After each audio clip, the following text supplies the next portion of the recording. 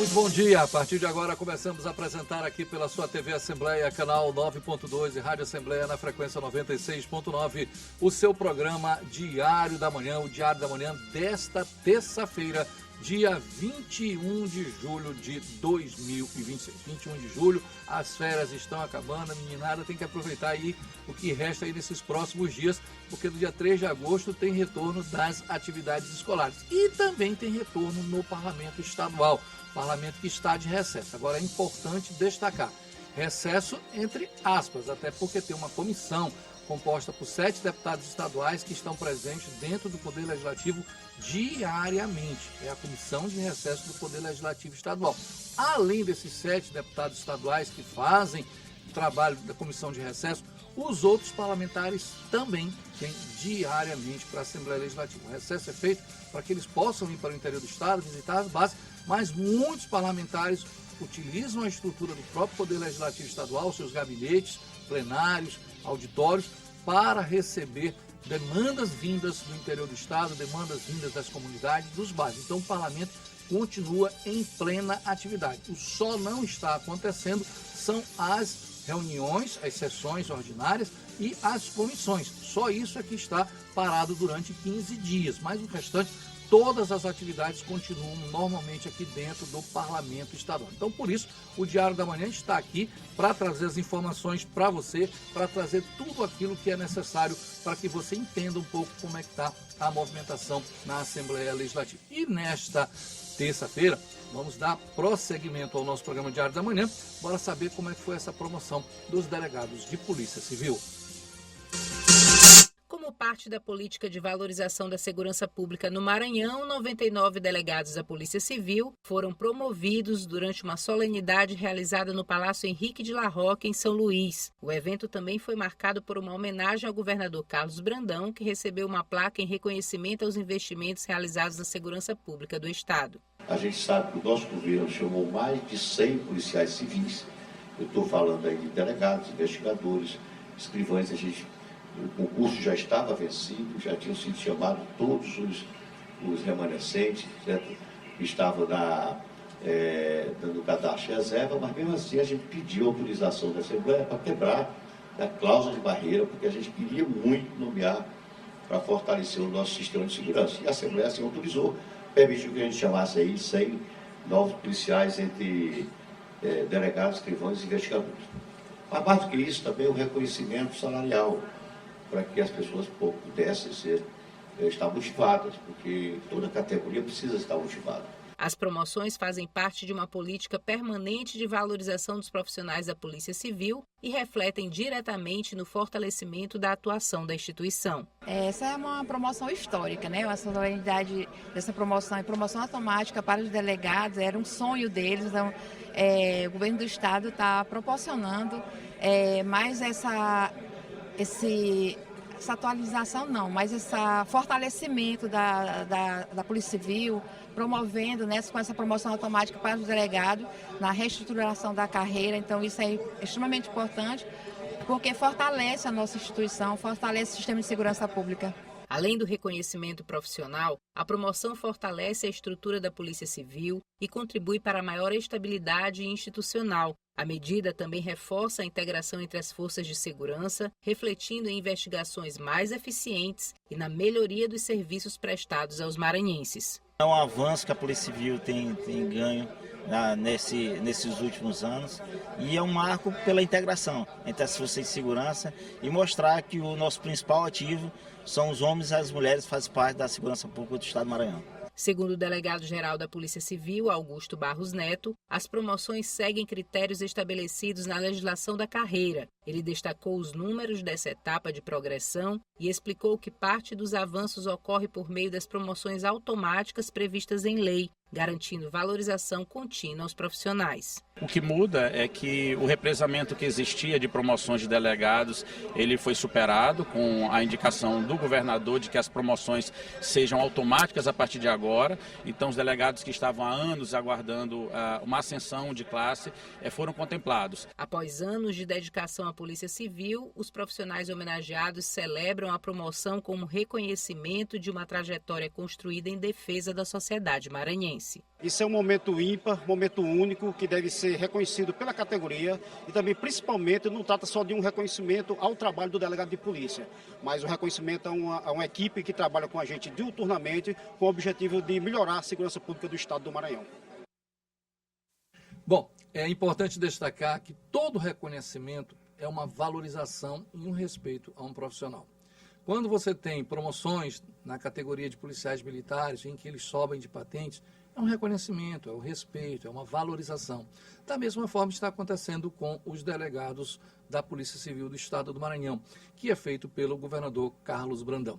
Quando você toma uma atitude dessa, você está mostrando a esta categoria o quanto eles são importantes, o quanto eles são valiosos e respeitados dentro do governo do Estado. Alguém pode me perguntar, mas está falando de militares, está falando de delegado. Isso acontece com todos? Acontecem com todos, todas as categorias. Há reconhecimento, aumento salarial para professores, enfermeiros, técnicos de enfermagem, médicos, e assim vai. Peritos criminais e tantas outras profissões são feitos o devido reconhecimento de cada categoria. Agora, existem categorias que você sobe de patente, como um policial militar. Tem categoria que você recebe a promoção. Tem juízes que vêm do interior do estado para cá. Tudo isso é de acordo com cada categoria, mas o governo do estado do Maranhão sempre está exercendo essa valorização e o respeito a todos os profissionais. Vamos dar prosseguimento ao nosso programa, vamos à nossa entrevista do dia. Entrevista. Bom, já está aqui conosco dentro dos estúdios da TV Assembleia, canal 9.2, Rádio Assembleia na frequência 96, o jornalista, escritor, nosso companheiro de profissão, Antônio Nelson Farias. Está aqui conosco e vai falar do lançamento do seu livro, de ambas as partes. Está aqui conosco. Antônio Nelson, bom dia, prazer imenso recebê-lo aqui. Bom dia, Henrique. Bom dia. Foi um prazer estar aqui no seu programa de grande audiência. Eu já estive aqui nesta casa por um período, tá? Na direção institucional, tá? Na gestão do deputado Arnaldo Melo, tá? Participamos da inauguração desta área brilhante que é esse sistema de comunicação. Parabéns para vocês que trabalham e fazem parte. É uma felicidade conversar com o senhor, porque a gente está conversando com um colega de profissão, com um amigo, isso aí nos deixa muito feliz. E antes até eu até falava da nossa querida Zezé Arruda, que também que a gente estava falando aqui. A Zezé é maravilhosa, tem lembranças ótimas, tanto profissional como hilárias da presença dela no Imparcial, desde do centro da cidade, né? Sem dúvida. Para falar um pouco desse livro, ele tem um nome bem interessante. Qual ele o cunho que o senhor quis dar? É sugestivo, exatamente. Ele não é alegoria ao cannabis sativa, de jeito nenhum.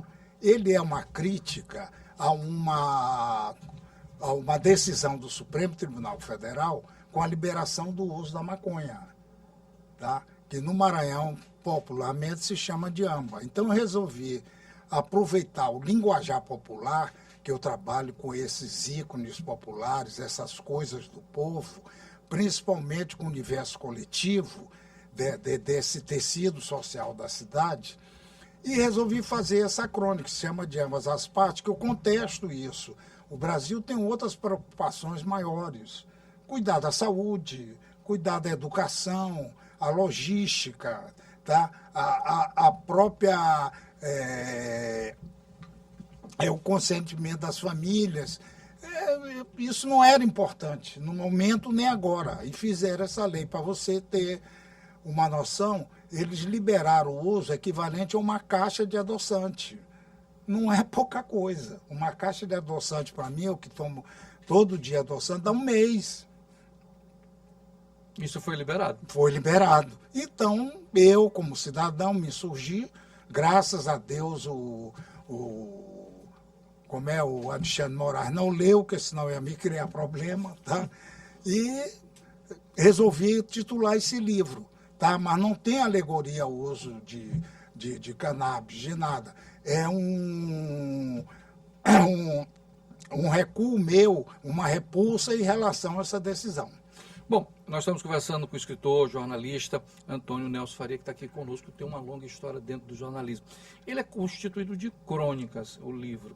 Como é que foram a escolha, como é que foi a abordagem que o senhor deu E a gente conhece a escrita de um jornalista, tem momento que ela está um pouco mais áspera, um pouco mais calma, tem momento que a gente tece uma crítica mais... Como eu te falei antes, eu sempre brinquei essa cidade, participei da cidade. Viveu? Tá? Vivi, eu nasci na Rua de Santana, eu peguei a cidade pequena, com 200 mil habitantes, 250 mil habitantes, no tempo que todo mundo se conhecia no colégio, nos clubes, tá? Então São Luís era fantástico, era um reduto. Tá? Então isso daí, graças a Deus, eu tive uma boa memória para guardar parte dessas histórias. Como, por exemplo, eu tenho uma crônica minha que fala do apogeu e a queda de Alcântara, que, para não ficar nesse fato histórico, eu não sou um historiador, sou um memorialista. Então, o que eu citei? Fatos hilários que aconteceram lá. Por exemplo, na época, o Banco do Estado era o grande banco do Maranhão. Farelo era o gerente geral de onde é o prédio hoje que funciona a Secretaria da Fazenda. E o banco lançou o cheque especial.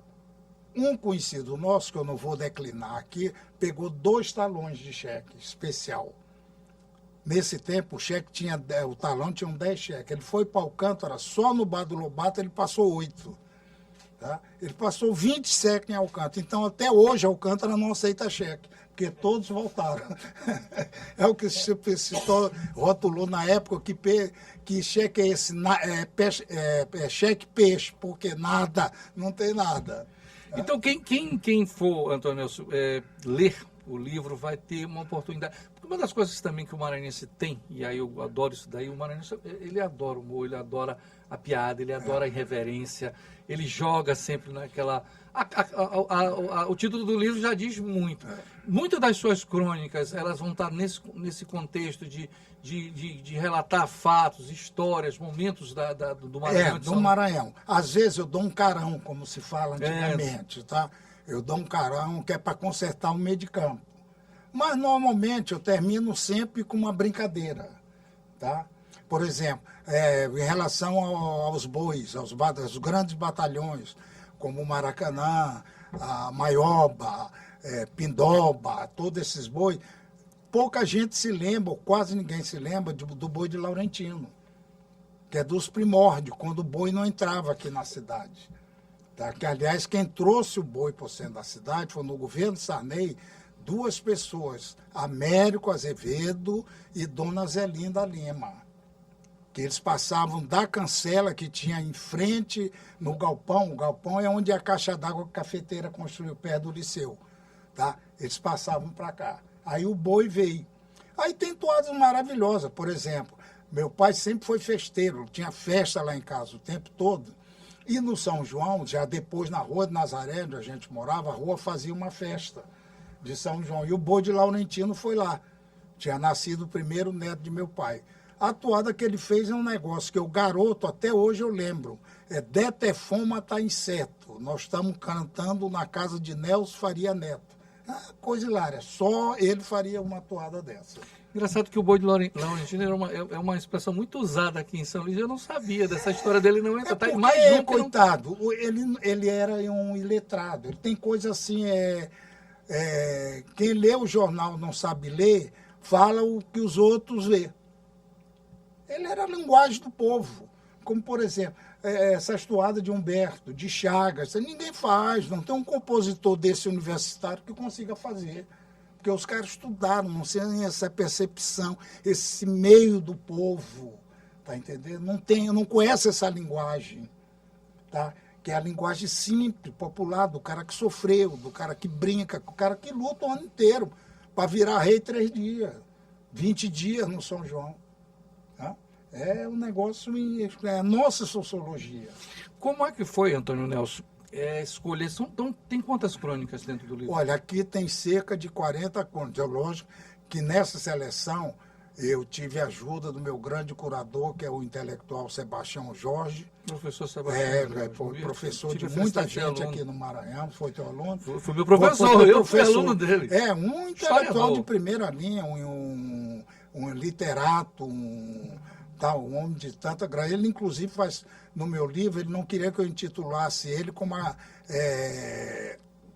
só como pesquisador e professor. Eu disse, não, mestre, assim já é demais. Você é da Academia Maranhense de Letras, currículo. você escreveu mais de 100 livros, ele é fantástico. Quem conhece o professor Sebastião Jorge, engraçado, o senhor estava falando dessas histórias, eu estava me lembrando justamente dos momentos que eu tive a felicidade como aluno de conviver com o professor Sebastião Jorge e de tantas coisas, porque ele é um historiador. Ele conhece. E tem um fato que vocês não conhecem. Conte-nos. Sebastião Duarte Moreira foi sócio, não sei se você se lembra, uma loja que tinha aqui na Rua Grande, que era uma loja de móveis. Norte-Sul, sim. Que tinha um logotipo cobra engolindo cobra. Era Moreira, que é irmão dele, e ele, Sebastião, que era o sócio. Muita gente não sabe. Não sabe. Eu sei porque eu conheço logo que ele chegou do Maranhão. Sem dúvida nenhuma. E aí volta, como é que foi essa escolha desses 40 com o doutor É porque eu Sebastião? tenho um grande material. Isso é isso uma história de 30 anos. É isso que eu estou dizendo. E esse é o meu segundo livro. Eu escrevi um anterior que se chama Banca de Jornal. Tá? Que graças a Deus teve uma aceitação muito boa da crítica e do público, tá? A edição está pré-esgotada, eu já estou fazendo uma segunda edição e caindo no gosto popular, graças a Deus. Eu queria que o senhor mostrasse aqui para todos nós a capa do livro, que é uma oportunidade para as pessoas terem um livro fantástico, para que as pessoas possam usufruir deste livro de um jornalista maranhense, de uma história que conta muitos relatos aqui do estado do Maranhão. Antônio Nelson, um detalhe muito interessante, e aí já é um gosto meu, ficou muito material. Vai vir outras edições, outros momentos, porque eu sei que para fazer um livro dá um trabalho danado. Dá um trabalho. Custo, principalmente. Custo. Porque o livro incentivado demora muito. Sim. Tá? E tem certa dificuldade, e como todo... Tem dificuldade, tá? Eu só queria aproveitar, você falou do livro, e dizer que essa capa é do... É bom falar. Do pintor Jesus Santos, que Sim. tem um painel aqui maravilhoso, um dos painéis mais bonitos, no auditório Fernando Falcão. Sim. Tá? Um artista consagrado. Ele pertence, o quadro, ao publicitário Carlos Malma. E a arte foi concebida por Célio Sérgio, tá? Diretor do Jornal Parcial. Olha, só gente fraca, né? É. Eu vou, o Jesus Santos, eu sempre bato isso, o Maranhão falta reconhecer muito mais. Ele é um monstro na minha interpretação. Você falou, ele é o novo de uma geração que inclui ele, Péricles, Fernando Mendonça, outros autores famosos. Tem até uma crônica aqui, quando fizeram aquele painel do Fribal, eu lembrei ao proprietário do Fribal, por isso é que eu digo que às vezes eu sou obrigado a rebater, isso, puxa, com tanta gente no Maranhão, foram chamar um artista de fora. Não, sem desmerecer, o trabalho do cara é maravilhoso, mas o Maranhão tem uma seleção forte, boa. Jesus, Péricles, essa Fernanda, tem quadros no mundo. Tá? E são vangloriados fora. Que coisa linda, esse painel aqui de Jesus é uma coisa fantástica. Onde eu vou, eu mostro. Tem Dila, que tem outro painel aqui. Tá? Péricles, é uma coisa fantástica. O Maranhão falta a valorização do profissional maranhense, do escritor. Eu não digo, a gente já falou tanto de profissionais. Eu não digo valorização. Jesus foi diretor muito tempo aqui de uma escola de arte, que era na Rua do Sol. Essa escola acabou. Tá? Volta, é um incentivo. Por exemplo, vamos retomar. O presidente Sarney criou a Escola do Bom Menino, tirando o menino da rua, ensinando ele um instrumento musical. Eu, que sou festeiro, faço carnaval há 40 anos, e tenho uma banda que a última fez 30 anos, que é o Pastoral do Grog. Antigamente, todos os músicos eu tinha que recrutar na polícia militar. Hoje não, esses garotos de 18, 20 anos que saíram da escola de música, se profissionalizaram, têm conhecimento musical e estão aptos para a vida. Ou seja, esse projeto do presidente Sarney é uma inserção dessa parcela da sociedade no mercado de trabalho, tá? E também um reconhecimento que, olha, você pode ir longe, você pode ir onde você quiser. Sem dúvida. Na próxima quinta-feira, dia 23, tem um lançamento do seu livro. Tem, lá no Yacht Club, na Península, com detalhe, às 18h51. O 51. É por causa do fleugma britânico que ninguém mais respeita horário. Tá? Então, eu tô só até em cinema. Você marcou 8 horas, mas fica passando meia hora de trailer, o filme só começa 30 minutos depois. Tá? Aí eu estou marcando esse horário de brincadeira, lógico. Tá? Não podia perder, né? Porque eu sou um brincalhão. Tá? Mas o detalhe, o horário britânico, eu respeito, lá às 18h51, meu amigo, o metrô sai. E muitos brasileiros perdem.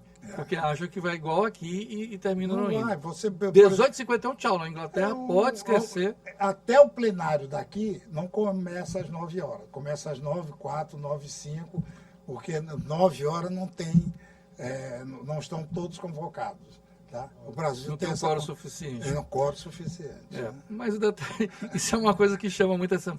Nelson, eu só podia muito te agradecer, sem dúvida nenhuma. Foi uma entrevista legal, porque assim, o papo, se a gente pudesse aqui, eu só lembro se o cara sentasse numa mesa de bar, que a conversa era... isso é mesa de bar. Botiquinzinho, a gente ia bater o papo a manhã toda. Só para encerrar que você falou em mesa de bar, tem um negócio muito, muito, muito hilário. Tinha um cidadão aqui chamado Jaime Souza, que era um homem rico, tinha a casa dele, para você ter noção, onde era o Banco Itaú, na Rua da Paz. Sim. Aquele solar. Aquele solar ali. Tá. Ele era um homem rico e gostava de tomar, não de beber, tomar cerveja de vez em quando. Besteirinha. Tá. Mas ele queria tomar com o grupo dele. Ele montou na Rua da Paz um bar, que lá tinha uma placa enorme. Aqui o cliente nunca tem razão. Ou seja, ele não precisava de cliente, era para ele tomar cerveja. Tu nunca disse, vai para casa, não me enche. Tá. Aqui o cliente nunca tem razão. Bom, se alguém quiser desejar este livro, passe no lançamento, passe lá, 23, 18h51. 18h51, tá? Nós vamos registrar lá, nós temos um cronômetro para registrar o horário da chegada das pessoas. Muito obrigado aí pela atenção, pela divulgação, tá? Parabéns ao seu programa, tá? Ao sistema de comunicação aqui da Assembleia, tá? E muito obrigado de coração por essa divulgação. Obrigado, professor. Tá. Bom, nós conversamos com o jornalista, escritor, professor e amigo Antônio Nelson Farias. Vai estar lançando 18h51 da próxima quinta-feira o seu livro De Ambas as Partes. Uma das marcas mais tradicionais dos escritores maranhenses, dos grandes escritores maranhenses, é justamente isso. O texto literário com uma ironia, o texto literário com uma pitada de humor, de sátira, de crítica. E esse livro você vai ter uma oportunidade. Serão 40 artigos que vão estar lá à sua disposição. Não perca, é uma oportunidade única para você ter em sua biblioteca, em sua coleção, um bom livro, tá bom? Vamos dar prosseguimento ao nosso programa e vamos saber o tempo e a temperatura. Repórter Ananda Fontinelli.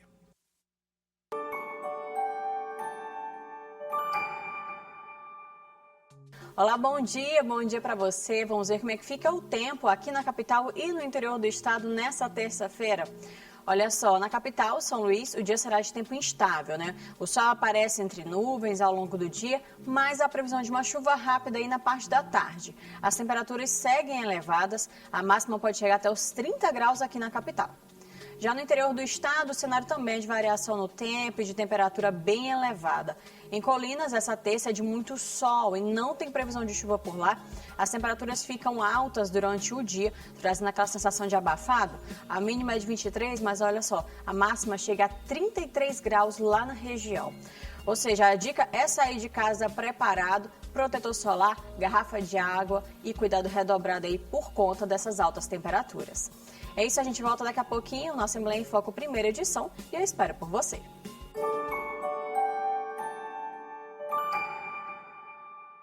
Bom, essa foi a nossa repórter Ananda Fontinelli, passando o tempo e a temperatura. Hoje pela manhã, quando eu chegava aqui na Assembleia Legislativa, chuviscando, como nós chamamos aqui. São Paulo é garoando, depende de cada cidade, mas aqui estava aquele chuvisquinho bem leve, bem agradável, no final de julho. Mas continua. Então, este período agora, conforme foi colocado pela repórter, é um período que acontece muito isso. A determinado momento, sem você esperar, acontece uma pancada de chuva, acontece um chuvisco, uma chuva forte, às vezes só no determinado lado do local. Acontece muito isso daqui. Às vezes está chovendo muito aqui na área do Rangedor. onde fica o complexo de comunicação, onde fica a Assembleia Legislativa. Aí você entra em contato com outra pessoa que está na Coab, está no Coatrac, aí você diz, rapaz, espera só um pouquinho, porque eu não vou poder sair agora, porque está chovendo, a pessoa diz que está um sol brilhando. São coisas que acontecem neste período. Esses intervalos são muito contínuos aqui no estado do Maranhão. Bora dar prosseguimento ao nosso programa Diário da Manhã. Bora saber a matéria, o Dia Mundial do Cérebro. Esquecer uma tarefa, perder o foco durante uma conversa ou pegar o celular sem nem perceber. Situações como essas têm se tornado cada vez mais comuns. Em algum momento a senhora já esqueceu alguma coisa no dia a dia? Muito esquecida. Sou esquecida demais. E geralmente, como é que a senhora faz? A senhora costuma se preocupar com o cérebro, com a memória? Demais, minha irmã. Eu me preocupo demais com minha memória, porque é muita situação em cima uma da coisa e de outra. E a distração pelo uso em excesso do celular. Outro problema que tem afetado dos mais novos até os idosos. Já se distraiu em algum momento e acabou passando tempo no dia a dia? Já. No celular. Kawaii, TikTok. Fica vendo o quê? Vídeo. E aí isso distrai bastante na rotina? Distrai. Principalmente no final de semana, quando eu estou em casa. Em um mundo de notificações, vídeos curtos e excesso em informações, o cérebro recebe estímulos praticamente o tempo todo. E essas superdosagens, segundo os especialistas, podem comprometer o funcionamento do cérebro, que é o centro de comando do nosso corpo. As telas acabam sendo um estímulo excessivo para o paciente, para as pessoas como um todo. E o nosso cérebro ele acaba ficando acostumado a essa velocidade de estímulos, fazendo com que quando a gente é exposto a estímulos mais lentos ou estímulos mais cadenciados, o nosso cérebro fique perguntando cadê aquele estímulo mais rápido que havia sido oferecido anteriormente. Isso faz com que a gente tenha uma menor tolerabilidade a lidar com coisas do cotidiano, por não estarem naquela velocidade habitual que as telas nos trazem. Tanto de telas, como de música em excesso, notificações, luminosidade como um todo. Então, as telas acabam fazendo com que o nosso cérebro se acostume a essa velocidade alarmante, essa velocidade tão alta de informações para o nosso cérebro. Esse costume acaba gerando uma incapacidade de a gente tolerar coisas mais lentas, fazendo com que o nosso foco fique atrapalhado. No Dia Mundial do Cérebro, o alerta vai para um cuidado importante que começa em pequenas atitudes. A tecnologia está presente na nossa rotina, mas saber equilibrar o uso pode ajudar a preservar funções importantes, como a memória, a concentração e até a qualidade do sono. Não só as telas, mas hábitos como dormir pouco, viver sob estresse e o sedentarismo podem mudar a forma como o cérebro funciona. Por isso é importante não esquecer. Cuidar da saúde cerebral é um compromisso para todas as idades. Tudo isso importa porque o nosso cérebro ele é capaz de ser moldado. Ele é uma massinha de modelar, uma argila que a gente pode moldar de acordo com as nossas necessidades e, obviamente, de acordo com a nossa rotina de vida e sociedade. Então, tem um momento para si, diminua telas, pratique atividade física, ar livre, alimentos saudáveis, cuide bem do coração também, porque cuidando do coração automaticamente estamos cuidando do cérebro. E sejamos todos felizes, porque isso importa de forma muito importante para que a gente tenha uma saúde mental e uma saúde cerebral adequada. O detalhe é inquestionável que o celular, o tablet, o notebook, o computador são importantíssimos para você trabalhar, para você agendar uma consulta, fazer uma reclamação, ter uma informação. Se for necessário pedir uma alimentação, pede pelo iFood, aquela coisa toda, tem sua função. Isso aí é sem dúvida nenhuma importante. Tem um grupo de WhatsApp que você vai marcar um encontro com os amigos. Tá, eu não nego a importância desses equipamentos. Isso aí é indiscutível, ajuda muito. Que é uma informação, você consegue em fração de segundos. Você consegue, você vai pesquisar, você vai conseguir. Agora, o detalhe é você viver disso. As pessoas renunciaram a assistir um cinema, as pessoas estão renunciando de ir a um shopping, de fazer uma caminhada no rangedor, num parque, em qualquer outro lugar. As pessoas não leem mais, não buscam mais um livro, as pessoas não buscam alternativa de conversar. Eu repito isso aqui, eu já vi uma cena dentro de um colégio em que 2 meninos, um estava do lado do outro conversando pelo WhatsApp. E eu só percebi isso porque um reclamou para o outro.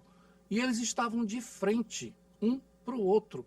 E aí um não gostou, levantou a cabeça para o outro e reclamou. Foi o momento em que eles interagiram. E eu percebi que eles estavam um de frente para o outro conversando no WhatsApp. Uma coisa que eles poderiam muito bem guardar o celular e conversar. Mas eles estavam fazendo. Então o celular termina causando um efeito de a pessoa ficar extremamente obsessiva. Outra coisa, perde sono. Tem gente que deita na sua cama e começa a olhar vídeos, olhar Instagram, olhar Twitter, olhar não sei mais o quê. Quando ele se espanta, deu 2, 3 da manhã. E aquela luz está dentro dos olhos dele, ele está vidrado. Aí ele vai dormir nesse horário. Sabe lá Deus como ele consegue dormir. Porque ele está com tanta luz dentro dos olhos. Aí o que é que acontece? No outro dia ele tem que acordar às 6, 6h30, porque ele tem que trabalhar. Aí chega esgotado no serviço. Mas o que ele faz? Sobrecarrega mais uma vez na frente do computador, na frente do tablet, e assim vai. E aí ele resume o dia dele a 14, 15 horas, 16 horas de 24 de um dia de frente para um computador, para um aparelho desse.